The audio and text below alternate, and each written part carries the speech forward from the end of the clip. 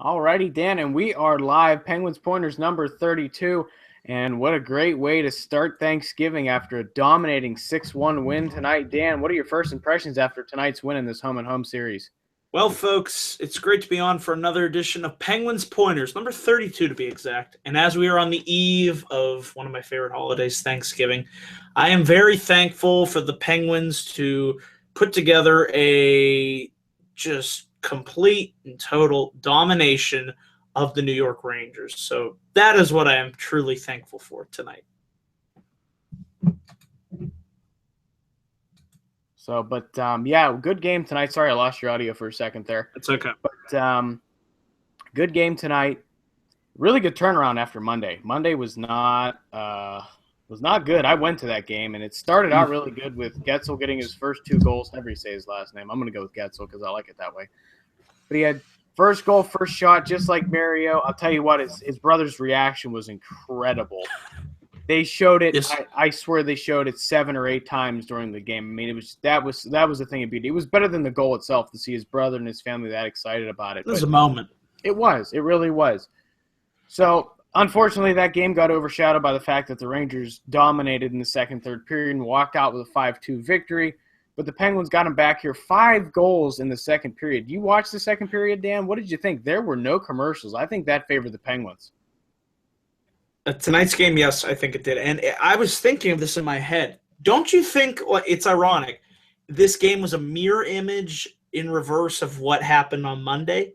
Yeah. I mean, the Penguins did what the Rangers did to them on Monday. It's kind of astounding. Like, wow. You know, as I was watching the second period, the first thing that jumped out to me was really weird because there were no commercials. That was my thing.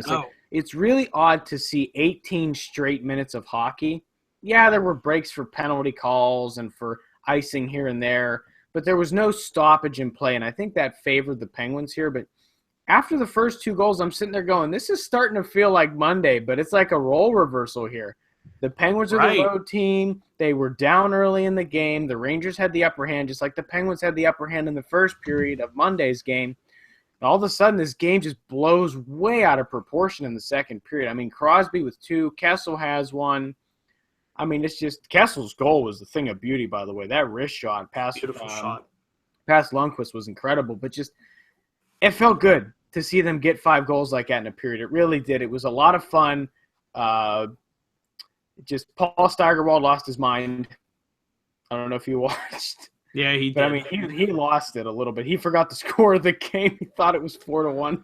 And as soon as he said that, I'm like, Steigerwald, you just made the list. Stupid idiot. No, great second period. I think did Schultz get the last goal? Was that who they gave it to? Because it took a deflection. Was it his? No, it went to our boy Matt Cullen. Goal number 4 for Cullen. They gave it to Cullen. Good for Cullen. So all the players on the boards tonight. Dan, what did you think of Crosby stepping in to help out Sheary after that boarding call? Sid stepped in there. You know, the New York fans, you can boo all you want, but the captain was doing what he had to do. He saw his player go down.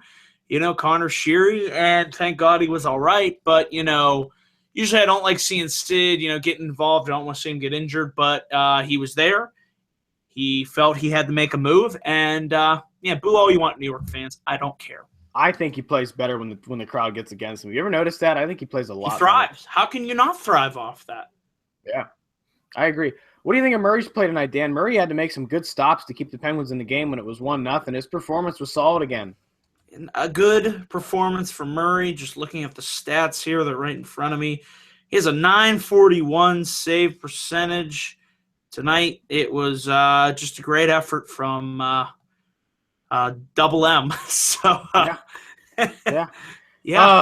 Don't even start that. Don't start that. I know where you want to go with it. Don't start But no, he had a really good night again, and I think it was good considering his last outing wasn't exactly a great start. He got hit by a couple sticks, let a couple bad goals in.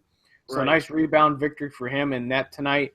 Lundqvist, the king, got chased again by the Penguins, Dan, and Crosby and Malkin, they are the top 2.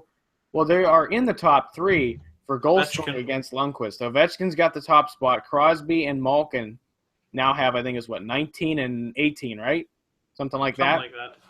Yeah. I mean, that's just They've got his number since the playoffs last year, and for some reason, it's like a 180. Beforehand, if you remember a couple years ago, the Penguins could not win against the Rangers, and now it's almost like the tables turn specifically for Lundqvist. He just can't seem to get a win against them. Well, didn't he throw a stick up? That was surreal. Remember that? The stick went flying. Yep. I haven't seen that in a while. Yep. Wow. And I think it all harks back to the fact that when you flip the net over in a hockey game, hey, that kind of stuff doesn't leave the team. They remember that kind of action. They know they can get under your skin, which is what I'm worried about. Malkin needs to reel it in on taking the penalties, because I'm worried. Borky was saying this. He took a penalty tonight I wasn't particularly a fan of. Gino needs to clean up his act. We know he can reel it in. I just don't want teams to target Malkin. No, you can get under his skin, and he takes a stupid penalty. That's a concern. Right. I'm starting to notice that. And beforehand in the past seasons, it was Letang, if you remember. Tanger would do that. Now it seems as if they're realizing they can't get to Letang, and I give credit to Sullivan for calming him down and making him channel that energy into his play. He's still jabberjaws. Let's not ignore that. He does. But here, now it's starting to turn into it's Malkin on this problem now, where the Penguins seem to have this one player every year that just gets into this motion where the teams just get at them, and they get them good, and then they get them in the box, and that's what they want. They want to keep Malkin out, because then it turns into you just got to watch Crosby and Kessel instead of Malkin. You take one of your best players off the ice, it's not great for him to continue to be in the box. It gives your team less of a chance to win. Think of that. Right. So he needs to clean that up. He's shown that he can do that, so I know he has it in him, but it's a concern. It really is a concern, folks. Well, this, a little bit of lesser concern. Dan, do you have the schedule up? Let's talk about some games that are coming up after Thanksgiving here. What are we looking at? Absolutely, folks. Give me a minute here. I'm going to pull up the schedule right now. But after Thanksgiving, we play, let's see, I believe the Minnesota Wild Black Friday. It's a 4 p.m. start, so that's going to be very early. Wild, they're 10-7-2. They're doing okay. The Wild are always one of the teams in the hunt for the playoffs. We then go to Jersey, who are kind of at the, they're mediocre at this 9-6-3. They're kind of lower off in the Metropolitan. They're just kind of there. They're there. That's the perfect way to describe them. They haven't been good. You know what I'm worried about? That's going to be the game that the Penguins should win and they don't. Right. I'm calling it right now. They're going to lose against New Jersey because they should win. Well, wasn't it a year ago where they had that that bad loss to New Jersey? I think it was at the end of November. Remember that one? We're not going to talk about that. Okay, yeah, that's good. But I know what you're talking about. Sure. And then we go to Mediocrity City, a.k.a. the Barclays Center, to face the Islanders. They're 6-8-4. They're really I don't know what happened to them this year. I mean, that is a surprise. They've really dropped off. Struggling. Yeah. They've really. That's a real surprise. Wow. And then here's a surprise. Dallas is struggling. They're struggling early. I saw that. I've seen that. They are not playing very well. Yeah.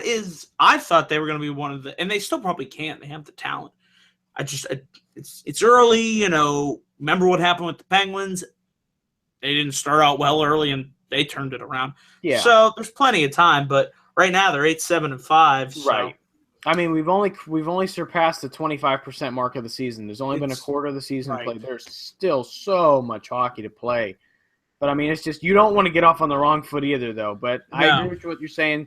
Teams like Dallas, for example, and the Islanders still have a lot of time to turn it around. But it's concerning to see two good teams like that struggle out of the gates here. But, for example, you see it on the other end. Look at Toronto and look at Edmonton. Two teams that usually aren't good are having a good start. Exactly. But that could all change, too. So you never know how this 82-game season's going to go. Yeah, well, we got our next three lineup. You said the Wild, then we're looking at the Islanders, and then Dallas. That'll be the next couple of games to look at here. I think we also said the Devils in there as well. Devils on Saturday. I'm saying the loss that a lot of people aren't going to expect is going to be the Devils. I honestly see that they're going to drop that game. Is it home or away? Home. Yeah, they'll lose it at home. It's just I know it because every time we play the Devils and it's a game where we should win, they are tough. So that's the schedule coming up. Dan, before we wrap it up here, we got to talk about it because it's big news going on in the NHL. Las Vegas got their team name and their logo announced this week. They will be the Las Vegas Golden Knights. What are your thoughts about that? I heard you laugh. I chuckled. Do I care? I mean, I should be excited. To me, it's like, okay, they're going to do this. The name really doesn't jump off the page, but if they can put a good team out there, I mean, name aside, we'll see. I'm not particularly a big fan of the name, but I'm interested to see how they can work to establish a team in a place like Las Vegas. I still think, there's too many teams as it is. Less is always more. So I don't know. We'll see how it goes. But, Yeah, we'll see. My thing on it was there was so much hype about this. Oh, Las Vegas is getting a team. It's going to be a great team and all this stuff. That's they're going to bring a lot of revenue. It's going to be the greatest. And don't even start with that. And they bring out the Golden Knights, and I'm sitting there going, that is so not unique to that city. That is just.